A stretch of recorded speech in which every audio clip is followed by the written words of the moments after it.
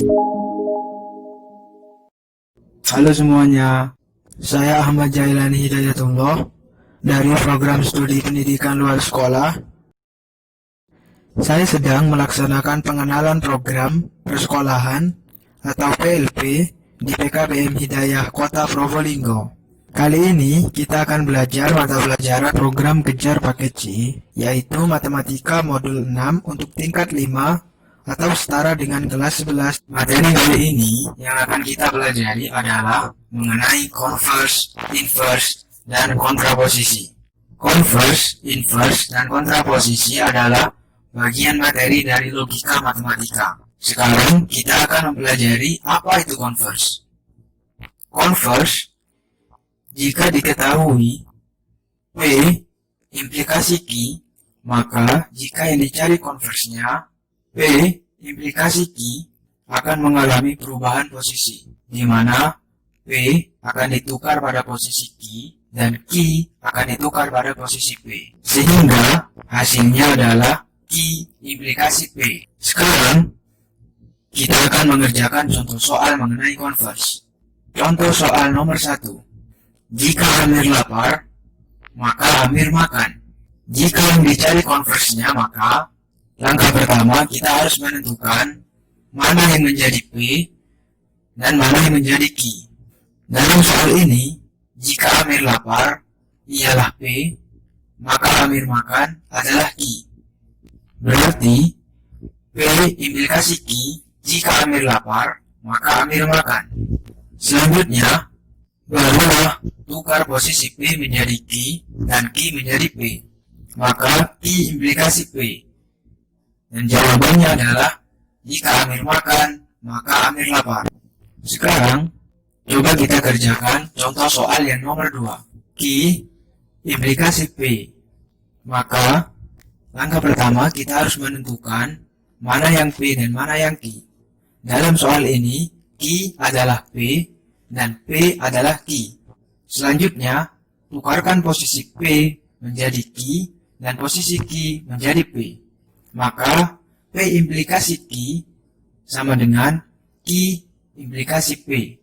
Maka jawabannya adalah P implikasi Q. Materi berikutnya adalah mengenai mencari inverse. P inverse, P tidak perlu menjadi Q dan Q tidak perlu menjadi P.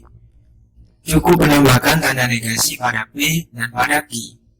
Jadi, jika diketahui P implikasi Q, jika yang dicari adalah inverse-nya, maka negasi P implikasi negasi Q. Berikut ini adalah contoh soal mengenai inverse. Contoh soal nomor 1. Jika Amir lapar, maka Amir makan. Cara penyelesaiannya adalah tentukan P dan Q terlebih dahulu. Maka, jika Amir lapar adalah P, maka Amir makan adalah Q. Setelah menentukan mana P dan Q, langkah selanjutnya adalah menambahkan negasi. Dalam bentuk kalimat, negasi bisa berupa kata tidak atau bukan. Jadi, jika P dan Q mendapatkan imbuhan pernyataan negasi, maka akan menjadi jika Amir tidak lapar, maka Amir tidak makan. Jadi, jawaban dari soal tersebut adalah jika Amir tidak lapar, maka Amir tidak makan. Berikutnya adalah contoh soal nomor 2 mengenai inverse. Jika diketahui Q implikasi P, maka untuk menyelesaikan soal ini, cara yang dilakukan adalah sama seperti cara mengerjakan soal sebelumnya. Tentukan terlebih dahulu mana yang menjadi P dan mana yang menjadi Q. Dalam soal ini, Q adalah P dan P adalah Q. Maka P implikasi Q menjadi negasi P implikasi negasi Q. Jadi jawabannya negasi Q implikasi negasi P. Materi yang terakhir adalah cara menentukan kontraposisi. Cara menentukan kontraposisi sebenarnya adalah dengan cara menggabungkan converse dan inverse. Jika dalam mencari converse, kita perlu menukar posisi P menjadi Q dan Q menjadi P, dan dalam inverse, kita perlu menambahkan tanda negasi pada P dan Q. Maka, untuk mencari kontraposisi, kita juga perlu menukar posisi P menjadi Q dan Q menjadi P, Dan selanjutnya adalah menambahkan negasi pada Q maupun P. Jadi, dalam kontraposisi, jika diketahui P implikasi Q, maka jika yang dicari kontraposisinya adalah kita harus menukar posisi P menjadi Q dan Q menjadi P terlebih dahulu. Maka P implikasi Q menjadi Q implikasi P. Selanjutnya adalah menambahkan negasi pada Q maupun P. Maka Q implikasi P menjadi negasi Q implikasi negasi P. Untuk membuat kita semakin paham mengenai materi kontraposisi, maka kita akan mengerjakan contoh soal mengenai kontraposisi berikut ini. Contoh soal nomor 1. Jika Amir lapar, maka Amir makan. Cara penyelesaiannya adalah kita juga harus menentukan mana yang menjadi P dan mana yang menjadi Q dalam kalimat sebab akibat tersebut. Jika Amir lapar adalah P, maka Amir makan adalah Q. Maka P implikasi Q akan mengalami pertukaran posisi P menjadi Q dan Q menjadi P. Jadi, jika P ditukar menjadi Q dan Q menjadi P, maka jawabannya adalah jika Amir makan, maka Amir lapar. Jika antara posisi P dan posisi Q telah ditukar, langkah selanjutnya adalah memberikan negasi. Maka jawabannya adalah negasi Q implikasi negasi P, yaitu jika Amir tidak makan, maka Amir tidak lapar. Jadi jawaban dari soal nomor 1 adalah jika Amir tidak makan, maka Amir tidak lapar. Berikutnya adalah contoh soal nomor 2 dari kontraposisi.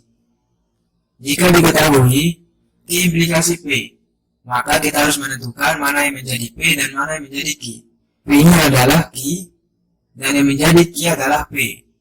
Maka penukaran posisi antara Q implikasi P maka menjadi P implikasi Q. Kalau posisi P dan Q telah ditukar, maka langkah berikutnya adalah menambahkan tanda negasi pada P maupun Q. Jadi, jawaban dari soal nomor 2 adalah negasi P implikasi negasi Q. Oke teman-teman semua, jadi kesimpulan dari materi converse, inverse, dan kontraposisi adalah jika converse, maka diperlukan penukaran posisi antara P dan Q. Jika inverse, maka posisi P dan Q tidak perlu dirubah, hanya menambahkan negasi pada P maupun negasi pada Q.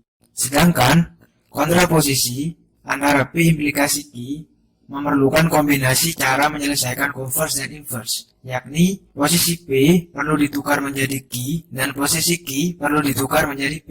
Maka setelah ditukar juga perlu ditambahkan tanda negasi.